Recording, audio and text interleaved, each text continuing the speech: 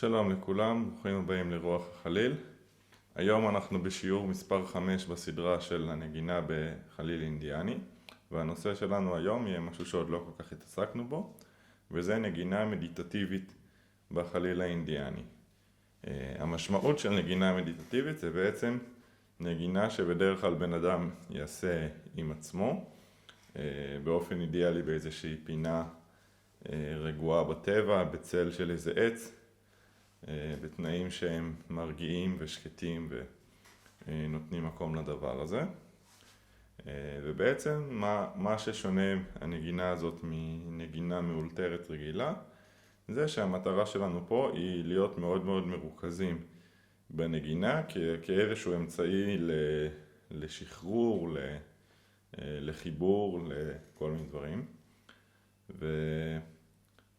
והאמצעי שאנחנו נעשה בו זה בעצם שאנחנו ניקח כל מיני אלמנטים שאנחנו בדרך כלל משתמשים בהם בנגינה, ואנחנו קצת נשים אותם בצד כדי לאפשר ריכוז בדברים אחרים.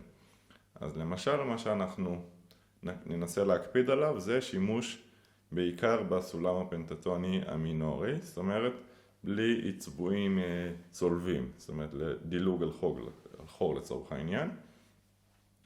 זה אומר שאנחנו נשתמש רק בעצבועים הרציפים האלה. אני נגן רגע את הסולם.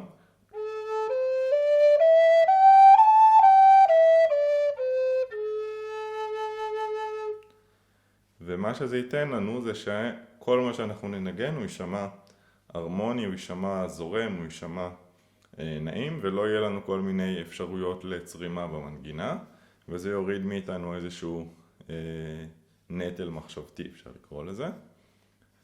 זה עיקרון ראשון מבחינת הצילים שנשתמש בהם. עיקרון שני, שהוא בעיניי מאוד חשוב, זה הקשבה מעמיקה. מה זה אומר? זה אומר שבעצם בזמן שאתם מנגנים, אתם גם הנגן, אבל גם המאזין. אני ממליץ מאוד בכל מקרה לעשות את הדבר הזה כשאתם לבד, וזה אומר שהמאזין העיקרי לכם יהיה אתם בעצם. צריך להקשיב בתשומת לב מאוד מאוד רבה לנגינה שיוצאת לכם, וזה גם מאפשר לנתק את המחשבות שלכם מדברים אחרים, מכל מיני מחשבות לא רצויות, אפילו מכל מיני רגשות שנכון לעכשיו אנחנו רוצים רגע להתנתק מהם ולהיות ברגע הזה. עוד עיקרון חשוב זה שאין צורך לנגן מהר, אנחנו לא ממהרים לשום מקום, אין לנו אף אחד שיכול להשתעמם מהנגינה הזאת, ואם מנגנים מהר זה הרבה פעמים קצת גורם לנו לחשוב יותר מדי ולא להיות מסוגלים באמת להקשיב. אז אין צורך לנגן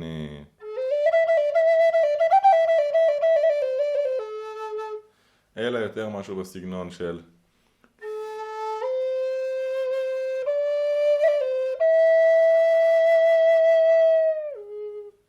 למשל, לשהות בכל תו שנוחתים עליו. ונקודה האחרונה שאני חושב שהיא מעניינת זה שאפשר ממש לתפוס איזשהו תו ולשהות עליו לאיזשהו משך זמן ולראות בו איזושהי התפתחות שיכולה להיות ויברטו שמוסיפים, יכולה להיות איזשהו קישוט שמוסיפים, אבל מה שחשוב זה לשהות על תו אחד שהוא מתפתח וממש להקשיב לו.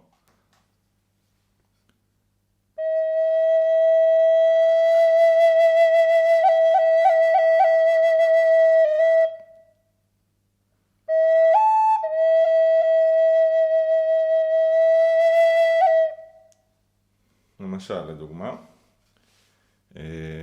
ואני מאוד ממליץ בזמן שעושים את כל הדבר הזה להיות אפילו בעיניים עצומות. המטרה של להיות בעיניים עצומות זה להפחית גירויים ויזואליים. חוש הראייה הוא חוש מאוד, מאוד דומיננטי אצל בני האדם, והרבה פעמים אם אנחנו נראה אפילו, לא יודע, איזושהי ציפור שהיא עפה, אז אנחנו באופן אוטומטי נתרכז בה ולאו דווקא בנגינה שלנו, שזה המטרה. אז אני מאוד ממליץ על עיניים עצומות. עכשיו אני אדגים איזשהו קטע נגינה שהוא יהיה קצר. בדרך כלל אנחנו נעשה את הדבר הזה קצת יותר ארוך, המטרה אפילו במשך כמה דקות רציפות לשהות בתוך הדבר הזה. עכשיו אני אדגים איזשהו קטע קצר של איך אני מדמיין את זה קורה.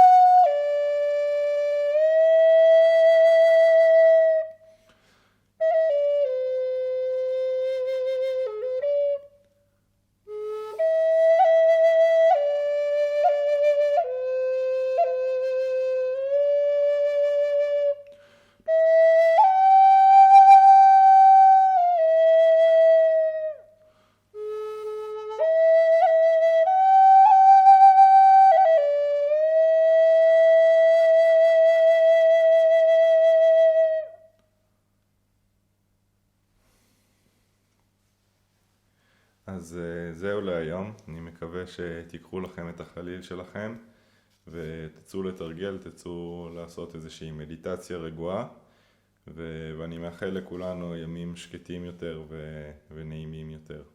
תודה שצפיתם.